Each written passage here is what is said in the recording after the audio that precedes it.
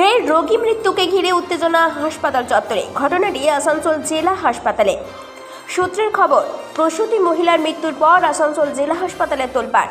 এদিকে বিক্ষুব্ধ জনতা সিকিউরিটি গার্ডকে ধরে বেধড়ক মারধর করে বলে জানা যায়। এই পরিস্থিতিতে আরও উত্তপ্ত হয়ে ওঠে আসানসোল জেলা হাসপাতাল চত্বর। হাসপাতালের সামনে বিক্ষোভ করছেন প্রসূতি মহিলার পরিবারের সদস্যরা। ঘটনাটি আসানসোল জেলা হাসপাতালে। চিকিৎসকের গাফিলতিতে মৃত্যু হয়েছে প্রসূতি মহিলার বলে অভিযোগ পরিবারের সদস্যদের। এই বিষয়ে লিখিতভাবে অভিযোগও করা হয়েছে বলে জানা যায়। ঘটনাটা হয়েছিল পরশু।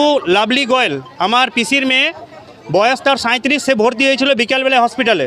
প্রেগনেন্ট ছিল, তার বিপি হাই ছিল অ্যাজ পার ডক্টর রিপোর্ট, যে তার বিপি প্রচণ্ড হাই। ভর্তি করা হয়েছে, কাল পর্যন্ত হয়েছে, কিন্তু তারপর ওর কী ট্রিটমেন্ট হয়েছে, কী হয়েছে তার রিপোর্ট বা কোনো রকম ইনফরমেশান তার বাড়ির লোককে দেওয়া হয়নি।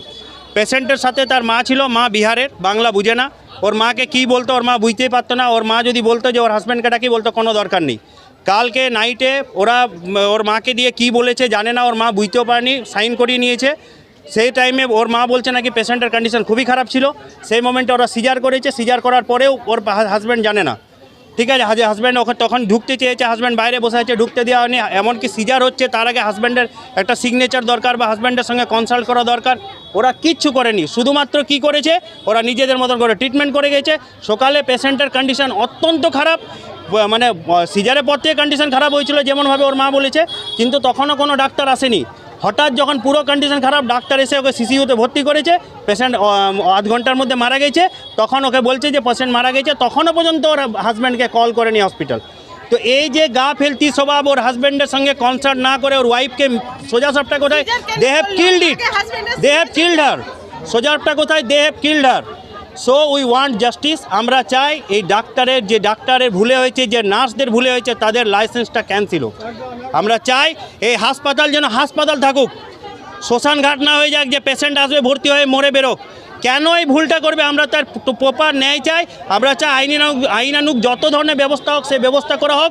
আদারওয়াইজ আমরা কিন্তু মেনে নেব না এই জিনিসটাকে সহজভাবে। আমরা কিন্তু এর বিরুদ্ধে বিক্ষোভে নামবো। আমরা সুপারিনটেন্ডেন্টকে অভিযোগ করেছি, আমার কাছে পেপার আছে, আপনারা দেখতে পারেন। আমার নাম সুশীল। হ্যাঁ, এখন ঘটলো এই যে এসে দেখলেন, এসে আমি কিছুই জানি না, এসব এসে ডিউটি ধরেছি, তারপরে শুনেছি, শোনার পরে আবার এই তো দেখি। হ্যাঁ, ওর মারলো। রাত্রে আমি ডিউটি ছিল না, আমি সে মর্নিংয়ে ডিউটি ধরেছি।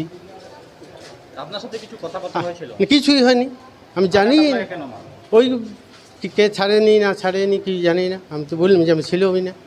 আসানসোল থেকে সঞ্জয় যাদবের রিপোর্ট, 99 নিউজ বাংলা।